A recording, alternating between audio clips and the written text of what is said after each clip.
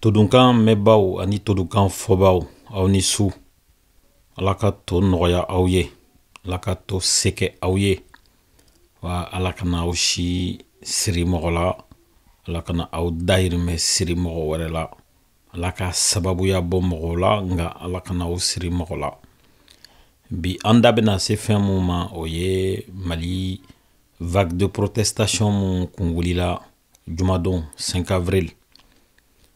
Jumadon tɛmɛlen Maliyɛnw bɔla i ko kɔnɔkulu u y'u fara ɲɔgɔn kan. Bɛɛ y'a ye a jasela diɲɛ fan bɛɛ fɛ. A kɛla mɔgɔw ɲɛna ko nin ye ko daminɛlen de ye. Ko tin tɛna kɛ ko laban ye fɔ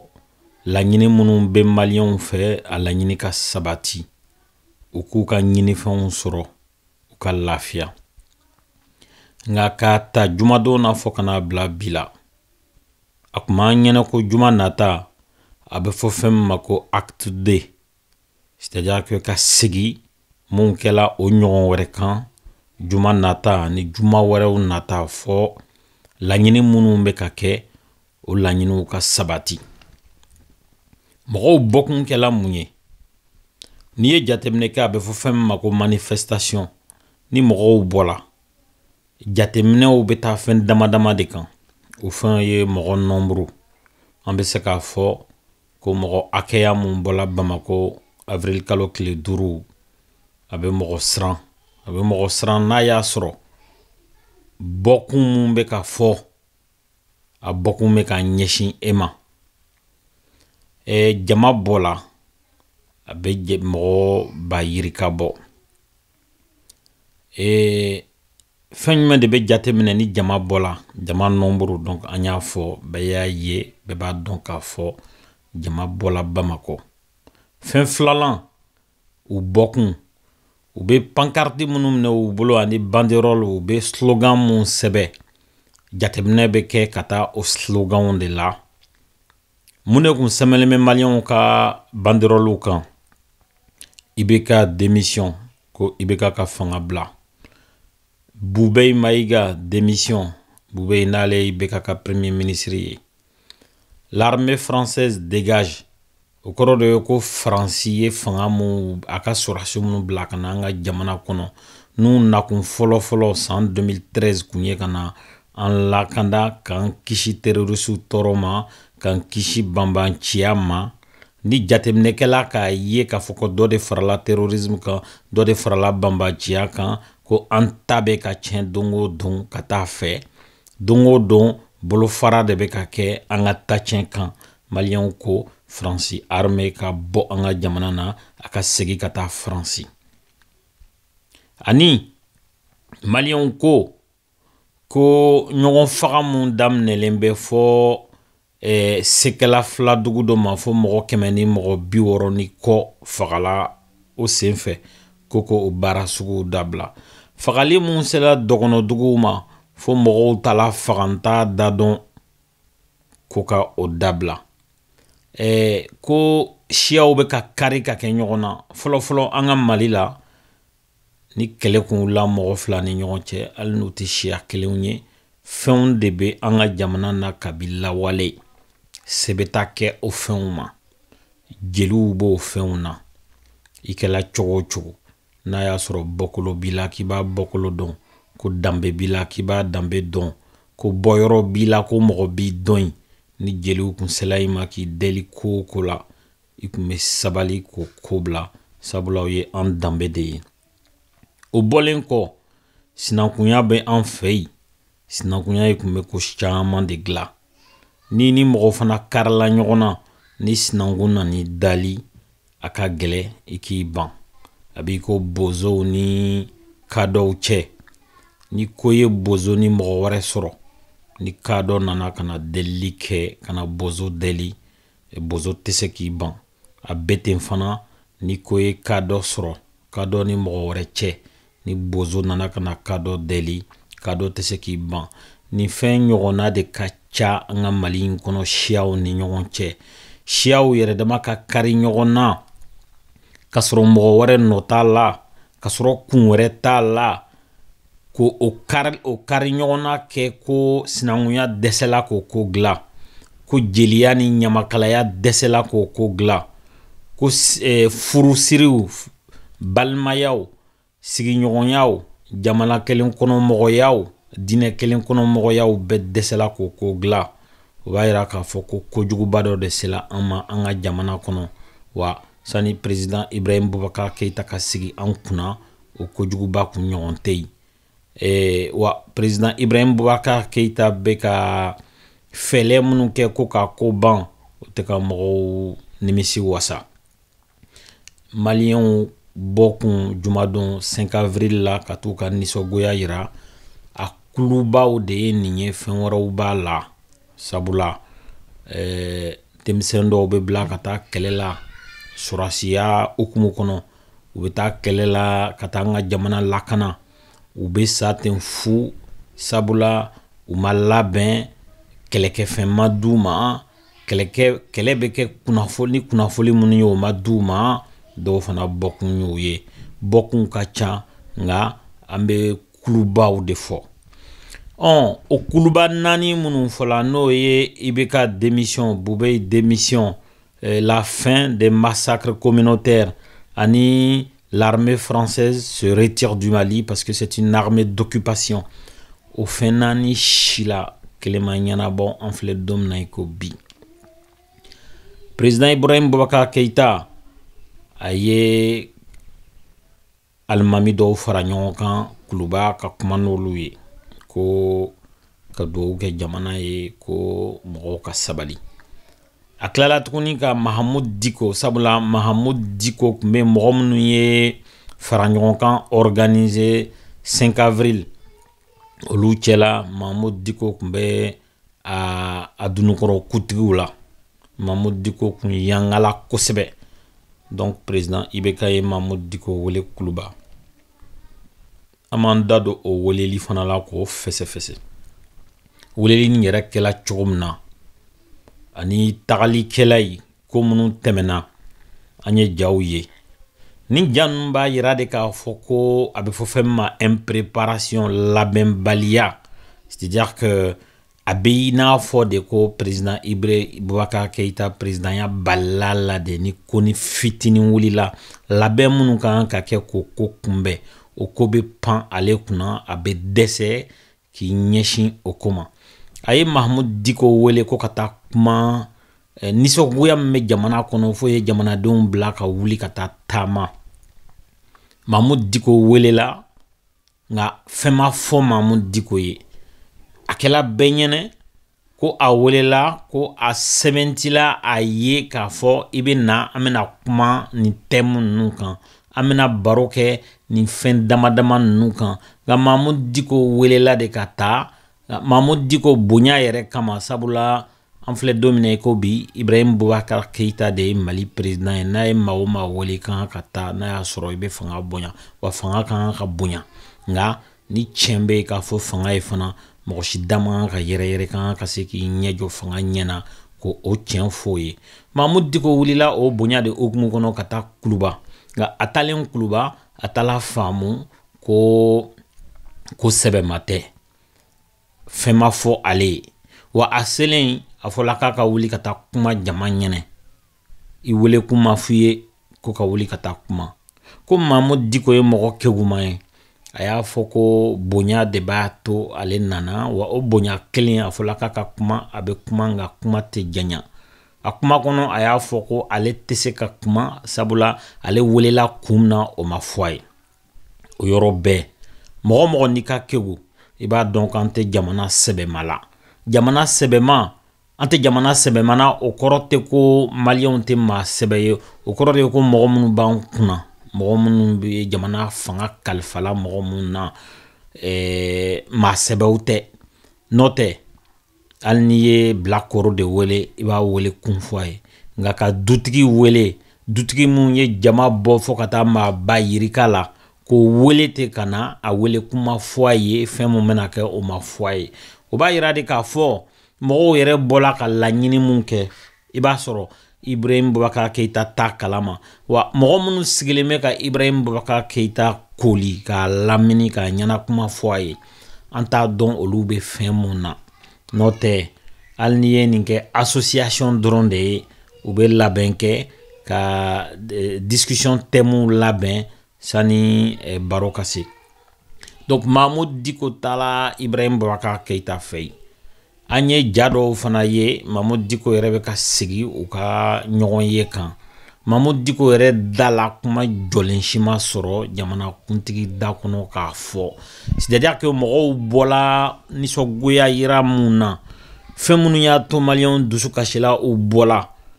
Ibrahim Boubacar Keita ma fɛn sɛbɛ ma foyi de sɔrɔ ka se Mahamudu Diko kulo kan a ka taa lase jama ma wa kuma minnu tɛmɛna u yɛrɛ ni ɲɔgɔn cɛ Mahamudu Diko ko lui préfère que a kana kuma fɔ yɛrɛ donc nin bɛ mun yira kun jumɛn la n bɛ ka nin fɔ aw ye sabula ni ye diɲɛ lajɛ bi Faransi yan mɔgɔw wulilen don k'u jɔ k'u ka nisɔngoya yira n'an b'a fɔ o ma ko gilet jaune n'i y'a samedi 21 de ye samedi o samedi u bɛ bɔ Faransi bɛɛ dɔw tun bɛ rond-point minɛ dɔw bɛ t'u ka nisɔngoya yira u ni polisiw bɛ kari ɲɔgɔn na wa depuis a daminɛna samedi kelen ma kɛ a daminɛna ka sɔrɔ an bɛ nɛnɛ yɛrɛ kɔnɔ a don n'i bɔla hali ka taa k'i bɛ t'u filmer nɛnɛ b'i bolo ja an bɔla o nɛnɛ kɔnɔ ka na don wagati kɔnɔ tile bɛ bɔ sisan dɔ bɛ ka fara jama kan wa Faransi politiciens tɛ k'u dɛmɛ u tɛ k'u tɔgɔ duman fɔ don o don télévision na u bɔkun tɛ fɔ u bɛ kuma wɛrɛw de fɔ ko cɛnnikɛla y'an fɛ yen mɔgɔ lankolonw b'u cɛla u bɛ ka fɛn minnu ɲini u tɛ ka kɛlɛ kɛ o kosɔn yɔrɔ cɛnnaw de don sɔrɔdasi bugɔlaw de don raciste de don u tɛ dunanw fɛ u ye nkalon sugu bɛɛ da u la nka hali bi u bɛ k'u ka baara kɛ Algérie mun fana filɛ Mali kɛrɛfɛ fɔ Algérien an sigiɲɔgɔn dugu ye Algériens wulilen don fana nin y'a kalo kelen ni kɔ ye juma o juma a bɛ mɔgɔ miliyɔn yirika bɔ Algérie duguba bɛɛ la olu fana bɛ wuli k'u ka nisɔngoya yira sabula président min b'u kunna a tun b'a fɛ k'i bolo bɔ kalata kura nɔfɛ u y'a fɔ k'o tɛ bɛn ko a k'a ka wuli ka bɔ yen a n'a ka jama sabula président in kɔrɔla nin y'a san damadama de ye mɔgɔ ma ye ka kuma Algériens fɛ mɔgɔw de bɛ kuma nɔ na wa a bɛ fauteuil roulant kɔnɔ Algériens ko ko o tɛ bɛn k'a ka wuli ka bɔ yen u wulila juma o juma u bɛ taama juma o juma u b'u ka nisɔngoya yira u ma yɔrɔ kari u ma mankan ci wa u taamatɔ n'u sela dɔgɔtɔrɔso furakɛyɔrɔ kɛrɛfɛ u b'a dɔn ko banabaatɔw de bɛ yen u b'u mankan sumaya kɛlɛ si ma deli ka k'a ko la wa n'u tilala u ka taama la u bɛ yɔrɔw furan k'a minɛ a ɲaman fara ɲɔgɔn kan ka taa bila ɲamanfili yɔrɔ la mankan kelen ma se ka wuli a sen fɛ donc polisi ma wuli u kama sɔrɔdasi ma wuli u kama sabula n'i y'a ye i bɛ wuli jama kama o y'a ye jama ye tiɲɛni de kɛ Algériens y'a yira diɲɛ na ko nisɔngoya kɛcogo kura bɛ yen mun bɛ lajɛ diɲɛ bɛɛ fɛ wa diɲɛ bɛɛ bɛ sɔn a ma wa u bɛ fɛn min nɔfɛ u b'a sɔrɔ ka sɔrɔ u ma mankan ci u ma yɔrɔ kari n'i taala fana Sudan olu fana wulilen don k'u jɔ u ka président kama Comore fana wulilen don k'u jɔ n'i y'a lajɛ an bɛ se k'a fɔ ko nin wagati in na wulikajɔ sanga wulilen don wa ni mɔgɔw y'a daminɛ o t'a dabila fo ka nimisi wasa sɔrɔ a ko la n'i ye jateminɛ kɛ Algérie bɛ boursew di an ka étudiants ma u bɛ taa kalan kɛ yen mɔgɔ caman bɛ Mali administration na u y'u ka kalan kɛ Algérie n'i y'a jateminɛ an ka banabaatɔ dɔw bɛ bila ka t'u furakɛ Algérie sabula se b'u ye ka tɛmɛ an kan u ka furakɛyɔrɔw ka ɲi ka tɛmɛ an taw kan u ka infrastructure ka ɲi ka tɛmɛ an taw kan u ka jamana minɛ bolo ka ɲi ka tɛmɛ an ta kan wa an ka accord de paix a taala signé Algérie de sabula se bɛ olu ye ka anw don u ɲɛnada fɛ n'i ye Faransi fana ta maliyɛn ka ca Faransi yan an bɛ wari mun bila ka bɔ yan ka taa an faso la a wari ka ca kosɛbɛ an bɛ projet minnu kɛ ka taa réaliser an ka faso la a projet ka sa kosɛbɛ ni an ka famaw yɛrɛ ta o kalo si tɛ yen ko a dɔ tɛ na yan u bɛɛ bɛ n'u kungo de fɔ yan u bɛɛ bɛ n'u furakɛ yan dɔw yɛrɛ ka wari dogolenw bɛna bila yan de dɔw bɛna so sa yan u b'u denw bila ka na kalan na yan anw yɛrɛ nana kalan kɛ yan an dun ma wolo yan nin b'a yira de k'a fɔ ko faransi ye jamana nafaba de ye mali bolo a ma fɔ ko faransi bɛ ka nafa lase mali ma fɔla de ko mali yɛrɛ bolo mali faamaw bolo mali yɛrɛ kɛcogo la faransi bɛ yira de b'a fɔ jamana nafamaba nka o jamana kelen kɔnɔ o jamana denw de wulilen k'u jɔ nin y'a samedi 21 de ye k'u ka nisɔndiya yira u ka nisɔngoya yira wa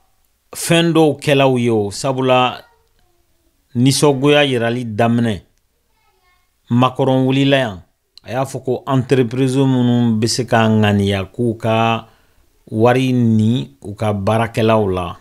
donc entreprise dɔw ye 1000 € de ni u ka baarakɛlaw la impôt t'a la foyi t'a la dɔw ye fɛn di mun ka ca 1000 € ye a dila décembre kalo sani Noël ni 31 décembre ka se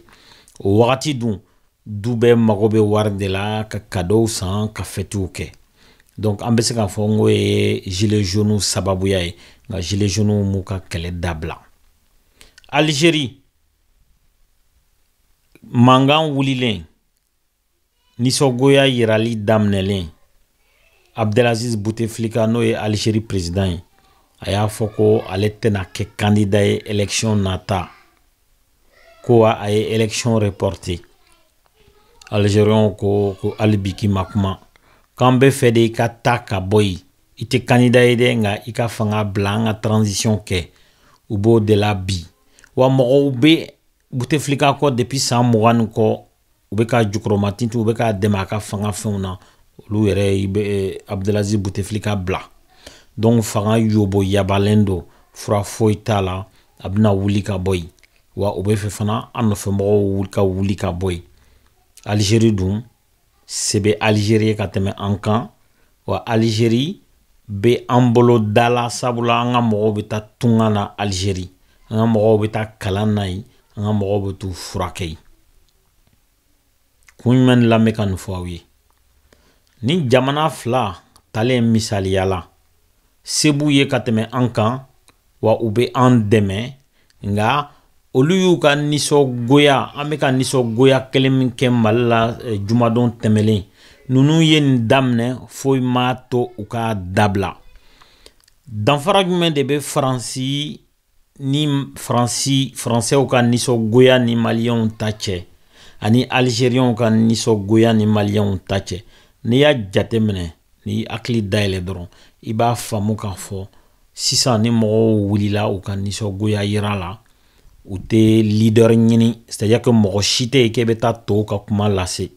i b'a fɔ Maliyɛnw y'a kɛ cogo min na ka Mahamud Diko ta ka bila u ɲɛ kuma tɛ Mahamud Diko kan an da tɛna se ko Mahamud Diko ka ɲi wa a man ɲi a bɛ se ko la wa a tɛ se ko la a ka kan ka bila yen wa a man kan ka bila yen kuma tɛ Mahamud Diko kan nka an da bɛ se a tɔgɔ ma sabula ale de tala ka bila jama ɲɛ kun jumɛn de la Faransɛw olu bɛ k'u ka mankan kɛ nin y'a dɔgɔkun 21 de ye a ma se ka fɛgɛya sabula u ma mɔgɔ si ta k'a bila a ɲɛ porte-parole tɛ gilet jaune bolo leader tɛ gilet jaune bolo nka télévision mɔgɔw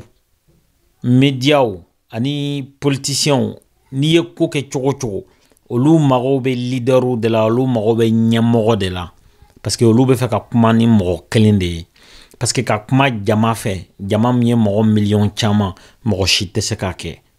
nka jama bɛ mun fɛ i kɔni b'a dɔn sabula n'i y'a ye Faransi yan jama bɛ mun fɛ ko ka dɔ bɔ salaire minnu bɛ fara taji sɔngɔ kan ko ka dɔ bɔ o la impôt minnu bɛ ka sara ko bɛɛ k'a sara wa ko mɔgɔw sara ka dɔgɔ mɔgɔw de bɛ Faransi yan u bɛ baara kɛ u bɛ tila ka si u ka mobili kɔnɔ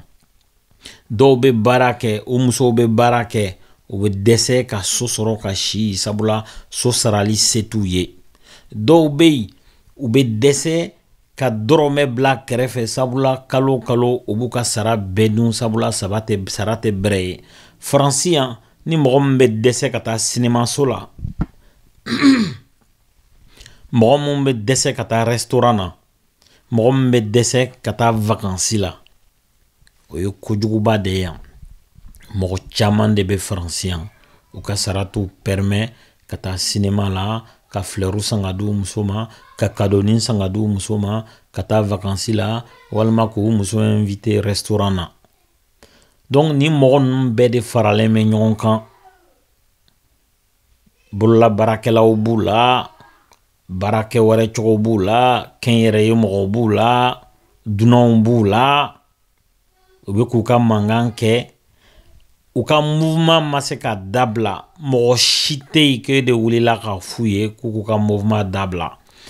ko si de ma kɛ mun b'a to ninnu k'u ka mouvement dabila sabula ɲɛmɔgɔ t'u la jama bɛ bɔ n y'a fɔ a ye cogo min na u b'u ka banderole yira u b'u ka nisɔngoya sɛbɛn banderole kan ka yanga bɛɛ b'a ye fanga mɔgɔw b'a dɔn u bɛ fɛn mun fɛ wa u bɛ lettres sɛbɛn u bɛ réseaux sociaux kan site internetw kan u bɛ taa télévision sow la mun b'u kun n'u kan cɛ u b'a fɔ nka mɔgɔ si kelen de tɛ yen k'e bɛ ci ka taa président fɛ yen ka taa kuma jama tɔ nɔ na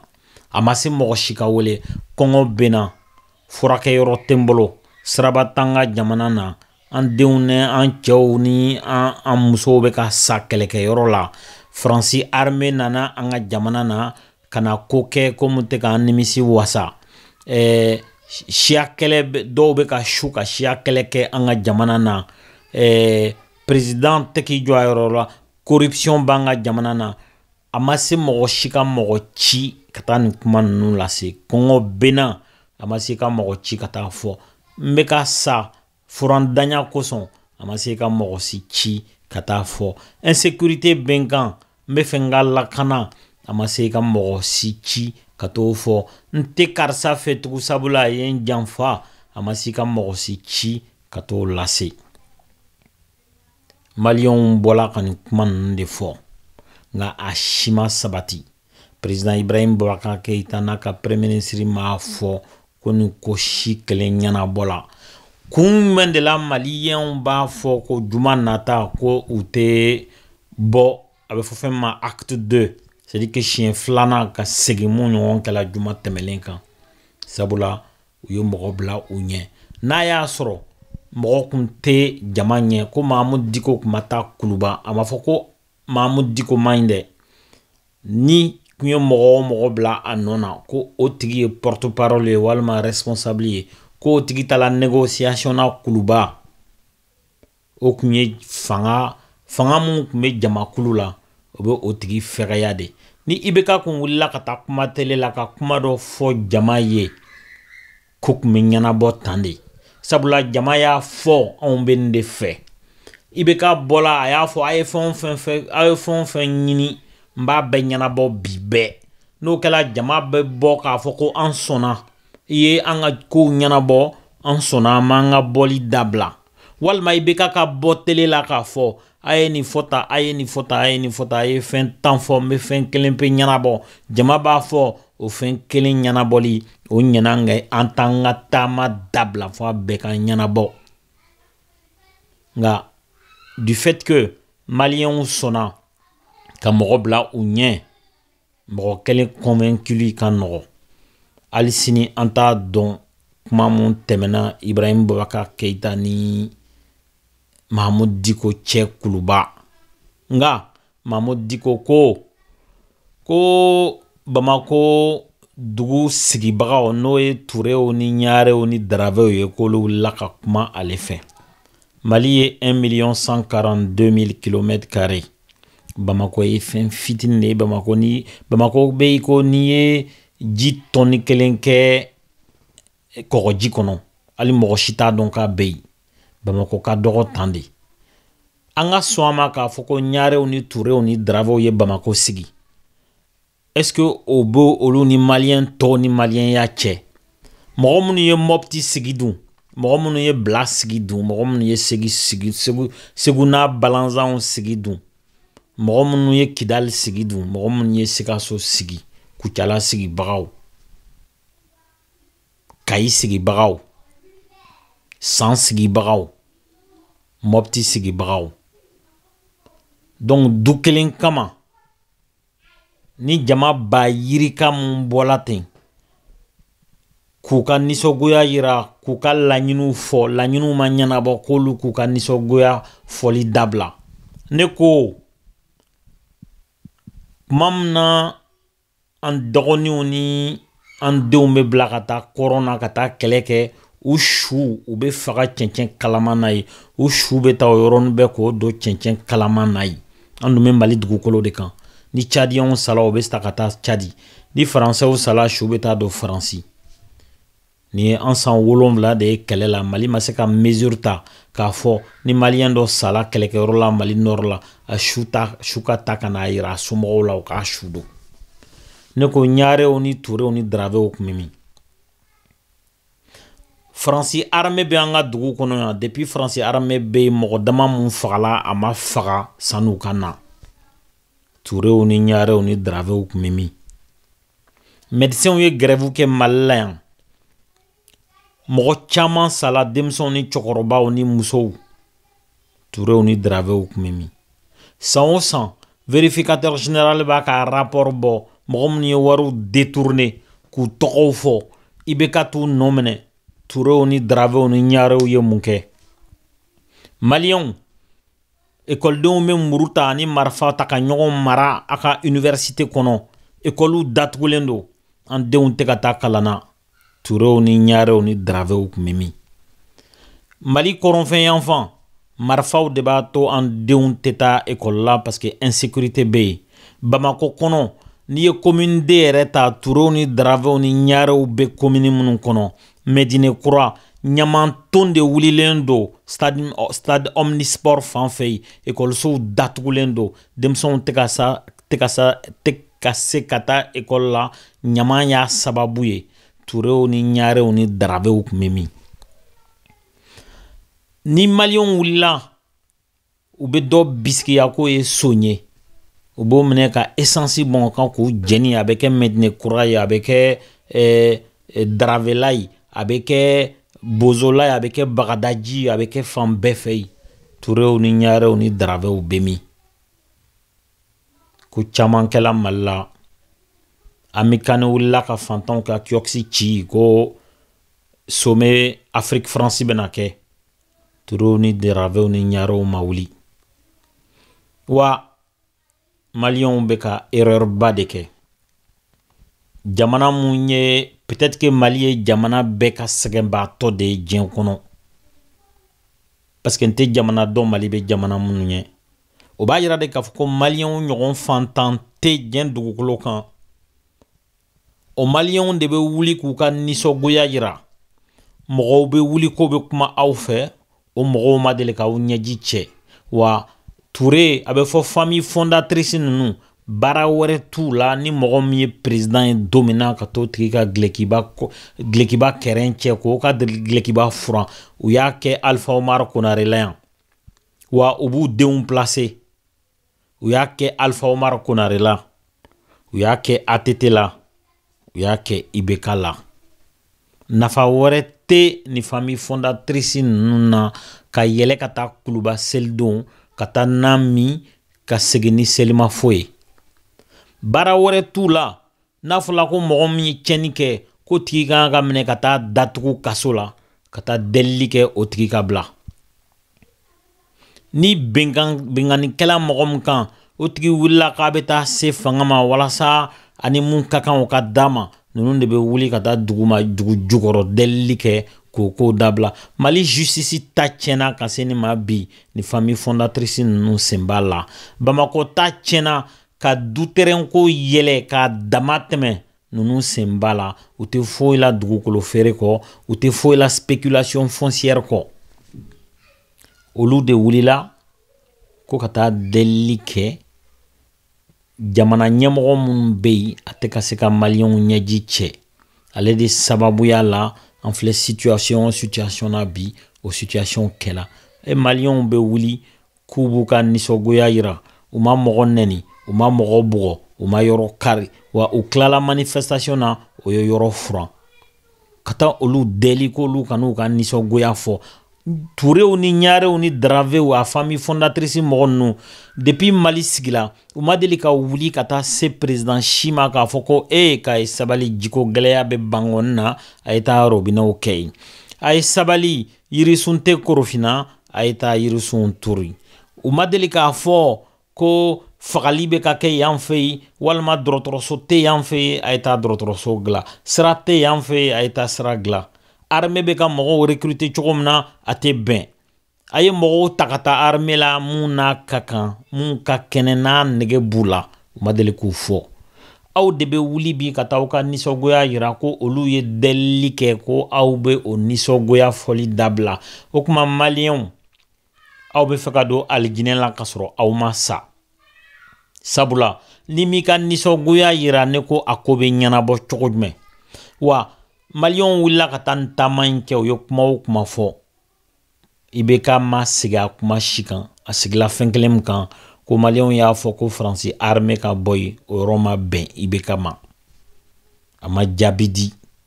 a y'a fɔ ko Bobe y'i ka wuli ka bɔ yen a ma jaabi di o diɲɛ jamana si tɛ yen ko jama sugu bɛ wuli ta k'a fɔ ko premier ministre man ɲi ko premier ministre bɛ se ka baara kɛ ça veut dire que confiance t'a kan mɔgɔw tigɛlen don a la premier ministriya i tɛ voté jagoya tɛ i bɛ se ka bila bi k'i wuli a dugujɛ ni jama ko ko premier ministre ka wuli ka bɔ yen a ka kan ka wuli ka bɔ yen de IBK kun kan ka fɛn fɔlɔ min kɛ o y'o de ye sabula n'a y'a sɔrɔ an bɛ jamana sɛbɛma la IBK bɛ se k'a fɔ ko ni ye nin kɛ mɔgɔw bɛ sɔn ka fɛn wɛrɛ ɲini nka an tɛ jamana sɛbɛma la an tɛ jamana sɛbɛma la ni premier ministre kelen de ye $50 kɛ enveloppe kɔnɔ ko t'o di Mahamudu Diko ma ko k'o dɛmɛ ko wajuli jamana sɛbɛma la a bɛ fɔ nin de ma corruption premier ministre yɛrɛ kan ka wuli ka bɔ ka tila k'a nɔ minɛ parce que $50 tɛ ko o mugu kɛ mɔgɔ bolo ce n'est pas normal déjà ça veut dire que e jɛlen tɛ donc an bɛ segin ka na tuguni an y'a fɔ kɔrɔfɔ tɛ ka taa Mahamudu Diko fan fɛ ni Mahamudu Diko ye ko lankolon kɛ a bɛ fɔ maliyɛn de don nka kuma kun tɛ Mahamudu Diko yɛrɛ ye mais an bɛ kuma kan n'i ye jateminɛ kɛ Mahamudu Diko maliyɛn minnu wulilen filɛ bi k'u ka nisɔngoya yira u bɛ k'u ka nisɔngoya yira kun mun na Mahamudu Diko yɛrɛ sen b'a kun na Mahamudu Diko ye campagne kɛ Ibrahim Boubacar Keïta ye 2013 k'a kɛ président ye kuma mun na maliyɛnw tun bɛ ka sa parce que dɔgɔtɔrɔw ka grève tun bɛ yen Mahamudu Diko tun bɛ ka IBK jukɔrɔma tintin kuma mun na maliyɛnw y'u fara ɲɔgɔn kan ko an tɛ a banna Mahamudu Diko tun bɛ IBK nɔfɛ fo ani mɔgɔ minnu bɛ ka soutenir bi réseaux sociaux kan o karila ɲɔgɔn na o Mahamudu Diko kelen sabu Mahamudu Diko ye Ibrahim Boubacar Keïta teri de ye a jɛɲɔgɔn de don u yɛrɛ b'a fɔ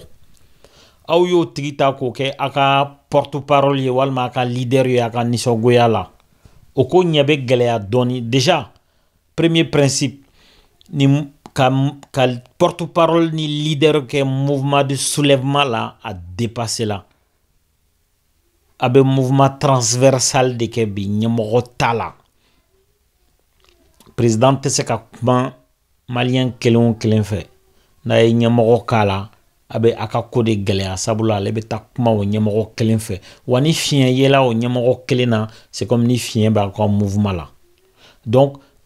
Mahamudu Diko ye IBK jɛɲɔgɔn kɔrɔ de ye u kɛlɛla kun min na u yɛrɛ fila de b'a dɔn aw tɛ se k'o tigilamɔgɔ ta u ka nisɔngoya kama a ka bi kuma kama k'a fɔ ko ni aw ye kelen k'o ta k'o bila aw ka mouvement ɲɛma a bɛ aw ka mouvement fagon de n'i ye mɔgɔ minnu bɔla ka taa taama n'i y'a jateminɛ denmisɛnnakaw de ka ca la donc déjà le fait ka porte-parole dɔ walima leader dɔ désigner erreur de do donc hali n'aw kun y'aw ɲɔgɔn jeune dɔ désigner a laban ye nin de ye soit u b'a corrompu soit u bɛ piège dɔ tendu a ye a bɛ bɛn a kɔnɔ ni leader benna c'est comme mouvement benna o fana k'i bɔ yen la dimension religieuse hali bi maliyɛnw aw b'a la ko Buye Aïdara ko Mahamudu Diko effectivement ils ont leurs qualités et leurs défauts mais aw be ka dinɛ de avancer a ka fɛn na. C'est comme aw be ka dinɛ kɛlɛ de kɛ. Aw be ka revendication mun kɛ c'est légitime. Sécurité kana ka jamana na. A y'a jateminɛ k'a fɔ k'a ka premier ministre tɛ baara la, a ka wuli ka bɔ yen, c'est légitime. A ko ko Ibrahim Boubacar yɛrɛ ka wuli ka bɔ yen, c'est légitime. Mais aw man ko ko den dinɛ la. Parce que bi an ye Mahamudu Diko ka interview lamɛn média dɔ kan, média malien dɔ kan. A ko ko an bɛ Buye kɔ, ko ni Buye y'a bila yɔrɔ min na an bɛ yen. Nin ye kuma belebeleba de ye. Nin ye ka jɔnya principe de établi a ka mouvement la. Nin kɔrɔ ye di Buye kelen ka fisa ni a tɔw bɛɛ ye ni Buye y'a bila yɔrɔ min na aw bɛ yen. Wa kun jumɛn la Buye ka fisa ni aw ye? Parce que Buye y'a yɛrɛ kɛ leader religieux de ye. On revient à la religion. Aw bɛ ka dinɛ de ta ko yanga ko bila faso ko kuma la. Normalement ni faso ko kuma bɛ kɛ dinɛ ko t'a la bɛɛ ka kan. C'est la raison pour laquelle stratégiquement Maliens, surtout jeunes, a eu erreur de kɛ du fait que a ye responsable de désigner à un mouvement là. Deuxième erreur, a ye ibeka jɛɲɔgɔn kɔrɔ de ta k'o bila aw ɲɛ. Troisième erreur, a ye dinɛ de ɲagami aw ka fɛn na. Sabula n'i ye dinɛ ko don i ka fɛn na mɔgɔ min ye alimami ye i b'o de ta k'o bila ɲɛ. Bɛɛ dun bɛ Mali alimamiw ka comportement dɔn. Buye ye ibeka défend yan. Mahamudu Diko ye Ibrahim Boubacar Keïta défend yan. Donc olu ka taa ɲɔgɔn ye kuluba o ɲɔgɔn ye kɔfɛ fɛn kɛrɛnkɛrɛnyalen min yɛrɛ fɔla IBK ye proposition concrète mun kɛ pour répondre à la demande des Maliens. Mahamudu Diko ma se k'o fɔ. Filanan Mahamudu Diko ko an bɛ Buye de kɔ k'an bɛ cɛkɔrɔba kɔ. Denmisɛnw aw si bɛ san 17 san 18 san 20 san 25 san 30 fo kana se san 40 ma ni ko kun man ka kɛ tan. Et du fait que acte 2 tena ke samedi, c'est une grave erreur comparé aux autres mouvements. Parce que combien de là, au teta marché vendredi nata, au yereta don. Au ta don. Abez a fodron de argument kelembei ko Mahamudu Diko tala kuluba ko famille fondatrice mo kumana ko Buye ko ka ko calmer folo. Mais à ka revendication dou. Est-ce que échange kela au kan? Est-ce que kuma fola au kan? Kuma ma fo au kan? Est-ce que aw nyebe yelema chokola ou la? En plus aw koko Boubé ka démissionné Boubé kuma ɲɔgɔn ye yɔrɔ la yi. Maliens faut encore réorganiser de. Aw be mouvement de kɛ a bɛ fɔ ma mouvement transversal ɲɛmɔgɔ ta la a bɛ wuli da na ka pankartiw kɔngɔ bena a ma se ka mɔgɔ ci ka t'o lase minɔgɔ bena a ma se ka mɔgɔ ci ka t'o lase insécurité benga jamana na a ma se ka mɔgɔ ci ka t'o lase n bɛ fɛ français armée ka bɔ n ka jamana na a ma se ka mɔgɔ ci ka t'o lase n bɛ fɛ conflit communautaire ka dabila n ka jamana na a ma se ka mɔgɔ ci ka t'o lase n bɛ fɛ Ibrahim Boubacar Keïta ka démissionner. La meilleure façon de le faire c'est d'occuper la rue avec vos pancartes. Médiaw de bɛ wuli ka taa aw sɔrɔ yen diɲɛ média bɛɛ. I tɛ se mɔgɔ sugu minnu bɔla Bamako i tɛ se k'a kɛ diɲɛ yɔrɔ si ko diɲɛ médiaw tɛ wuli ka taa ɲini fɛnw bɛ yen. Médiaw sigi kun dama dama de b'a la. A kun dɔw mɔgɔw k'u lajɛ mɔgɔ caman k'u ka média lajɛ ni mɔgɔ caman y'u ka média lajɛ a bɛ wari de lase olu ma sabula u bɛ publicité u feere da min na u bɛ dɔ fara u da kan ni mɔgɔ 1000 bɛ média min lajɛ n'ale bɛ publicité feere o da ka dɔgɔ ni mɔgɔ 1000000 bɛ média min lajɛ. Donc médiaw diɲɛ média baw yɛrɛ de b'a ɲini ka na dɔn fɛn bɛ Mali la ka taa sigi ka taa ɲɛfɔ u ka mɔgɔw ye u ka public ye. Donc Maliens ni b'a yira de k'a fɔ ko y a un problème de maturité. C'est-à-dire que an ma balikuya an ma kegu wa éducation problème fana bɛ yen sabula ko minnu y'an sɔrɔ depuis san 30 an tɛ k'a kɛ leçon ye. Ni Maliens wulila ko o ko la a bɛ mɔgɔ ko de ta ka d'o kan ko bi Aidara ni Diko te ka kan kelen fɔ soit an bɛ taa Aidara ka fan ni ko kɛla cogo cogo mɛ Aidara bila ɲɛ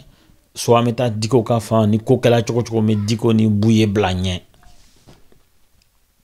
Il semble que Maliens ka problème de ye nin ye et particulièrement ni soulèvement populaire ko in na. A kun kɛla bɛɛ ɲɛna ko nin ye Maliens kununen k'u bɛ taa wolo ko dɔ de la ko min bɛ nafa las'u ma mais a ko filɛ de ka laban ten ko deniya la k'a laban ten mɔgɔ nɔfɛ mɔgɔya la sabula ko an bɛ Mahamudu Diko nɔfɛ Mahamudu Diko yɛrɛ ko k'ale bɛ Buye nɔfɛ aw dun ko 300,000 personnes dɔw ko 1 million de personnes aw bɛ se ka 1 million de personnes bila balance la une personne ka taa bila balance fan dɔ nin fɛ o tigi ka balance basculer ka taa fan fɛ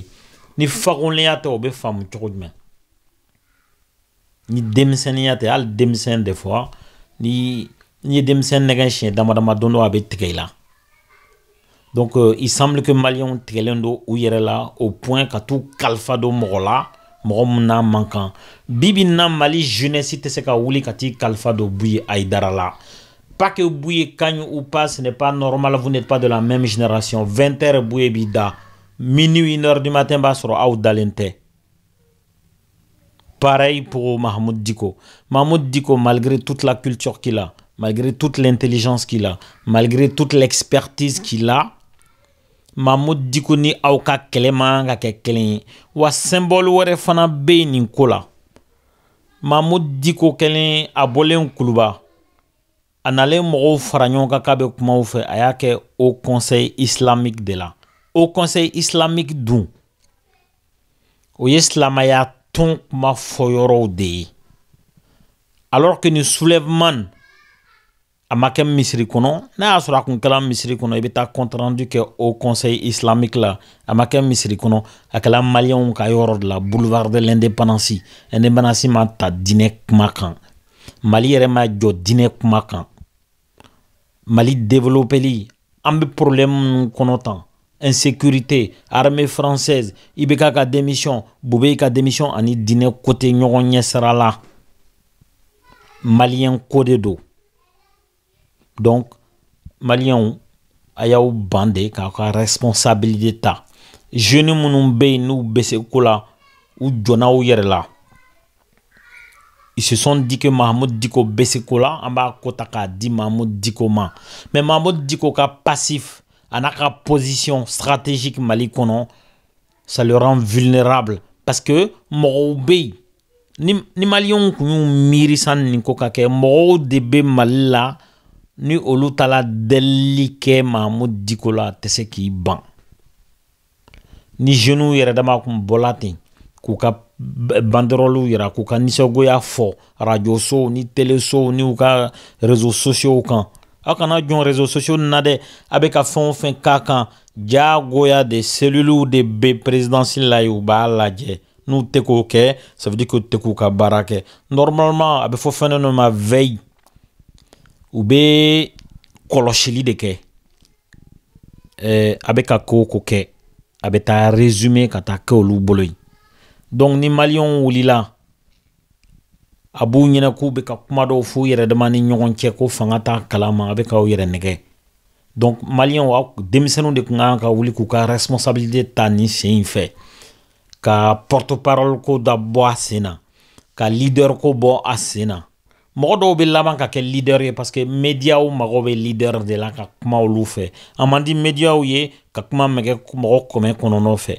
Olu be mɔgɔ dɔ de fabriquer k'u ka leader ye mais ça ce n'est pas grave mais porte-parole ça c'est grave vote tɛ kɛ foyi tɛ kɛ bɛɛ bɛ wuli ten ka t'i ka nisɔngoya yira an bɛ taga yan fɛ an bɛ taa yan fanga laban de bɛ tugu aw kɔ mais a y'aw mɔgɔ dɔ désigner k'o kɛ porte-parole ye o tigi taala kuma kuluba fɛn min bɔra la aw yɛrɛ y'a ye ɲininkali min bɛ kɛ bi aw bɔla ka taa kɛlɛ kɛ fɛn min na est-ce que aw ye nisɔndiya sɔrɔ a kɛlɛ la ayi.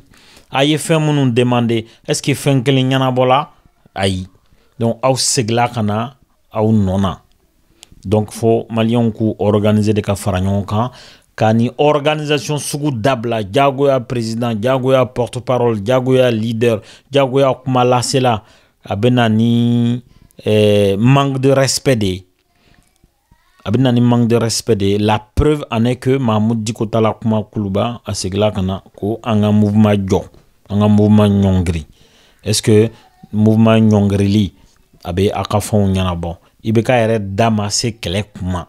ibeka ko de ko Mali sorashu kuyuka barake ko nba yira de ka fo ko Mali sorashu e sorasu nyuma ko parce que kuma se manifestant ma nga manifestant yere bokun ibeka masoma fo yoroni mi dimina la parce que ye ibeka yere ka patron ka kuma fo armeno e armée française parce que ni ibeka fana ma kuma français ka donc ka fo ko malien beka kuma mfo ko au mandat aller fana chitotenye. Donc, la balle est dans le camp de la jeunesse. Naya soro. Au haju de aye femme fo. Aka nyana bo. Nafaka do aka nyiningalu la, aka fen nyinita ou la. Abe procédé courant de damne. Abo ka mouvement ke. Moroshita nyema. Bebe avancé. Ni mou me kuma. Abe jama haju don. Abe kuma ni jama hajue. Nga. Naya ke de ko porte-parole. Déjà, Naya Moro désigné comme porte-parole. C'est très très facile pour un État de corrompre une seule personne. C'est très très facile. Mate Morom ni État de la Katramagnon fait. Donc, Todunkan Mebao, ni Todunkan Fobao, Sunna, ni de Kunyenga fese lié, kada ko développer chokan. Parce que nous me fait que tout Mahmoud Diko ma folode, que ce soit analyse ke au ka mouvement kan. Mouvement yin kun chekan, mouvement yin kun kan, wa barka kume mouvement na. Nga aya mouvement barka be boala ni organisation modèle nye ka mokoro takabla au nye. La preuve en est que aka mouvement bena nyongri, kasoro au ma fin soro. Akrefe jamana ono ye Algérie. Sebe Algérie kateme Malikan. Malien on beta kalana Algérie. Malien on beta tunga la Algérie. Malien on betu furake Algérie. Wa Algérie on de yanga processus de paix, ani accord de paix, ka kumbe, ka a signature kala olu de folu de ya parrain. Olu dunyo ka mouvement damne ni ya kalo klini koye ou ma dabla. Olu dunye fin soro ou ka mouvement la. Na ye Fransi fana ta, anga fin bebe nyana bo Fransi muna. Fransi muna jago ya ka ando ou nyana da fe. Olu yu ka mouvement damne ya. Ni ya droku mouane klene, gilet jaune ou be dugu kono, ou be ka kumanganchi yoro be ka foko, jamana be ka mne chokomna démocratie sraka, na folo soro klani sraka, ate ben oluma. Olumu tadabla, on de wulila, ka jumanin kelempeke beko ka nyana doro anya dabla besegla kati ika sraka amekla kana ni ko damne ni retard ye tukuni sabula malien bola kumna akuma nyana bo donc ode kunye bi baroye. J'espère que besela ki ka tomota soroni analyse na amekla ka sega kan tukuni don natao donc a oni chia o ka kloma jola ala kana o fama toduma akan benchen ore.